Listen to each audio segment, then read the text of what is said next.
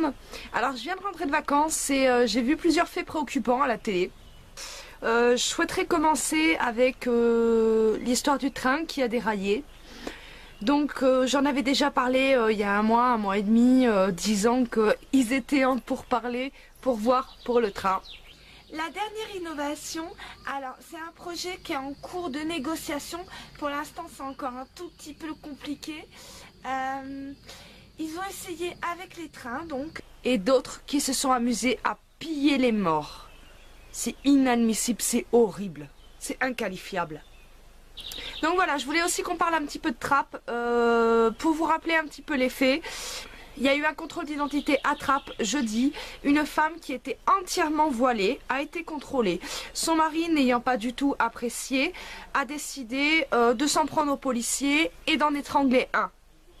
Le mari a fini en garde à vue, ce qui me semble totalement logique. Parce qu'il ne faut pas oublier que dans notre pays, le voile intégral est interdit.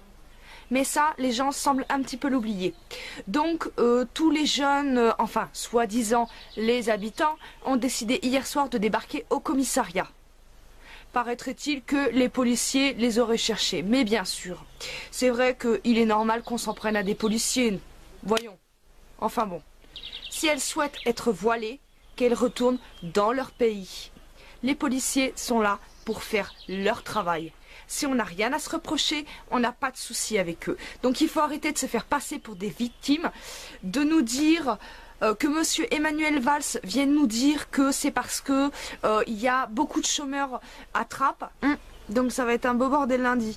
Parce que d'après ce que j'ai compris, d'après Emmanuel Valls, vu que c'est les chômeurs qui ont fait ça, imaginez ce que ça va donner lundi. Donc vous m'excusez, mais pour devenir chômeur, il faudrait peut-être avoir commencé à travailler, vous croyez pas ?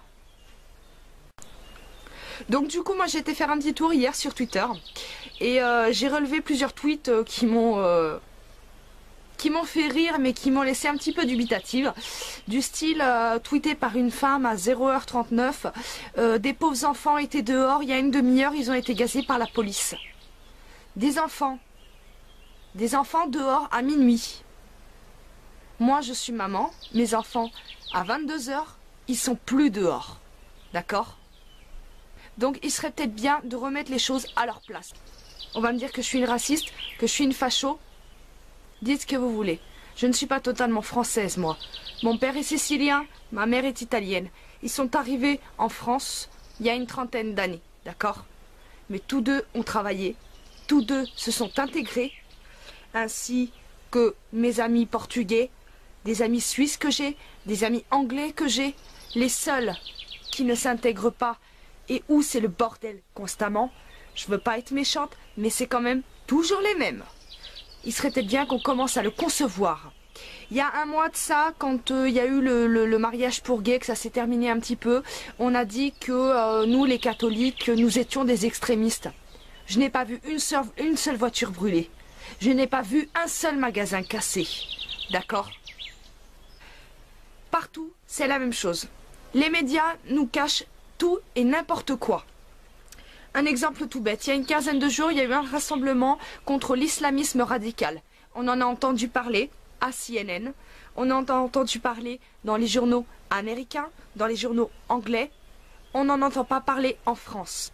Donc voilà, pour moi, notre pays, il est en péril à l'heure qu'il est.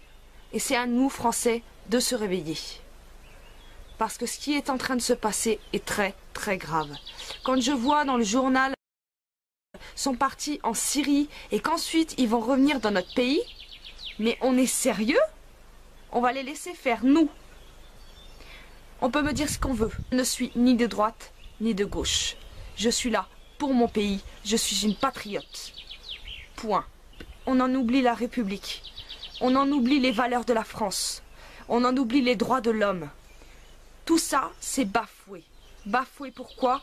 Bafoué pour une immigration et par une immigration extrémiste.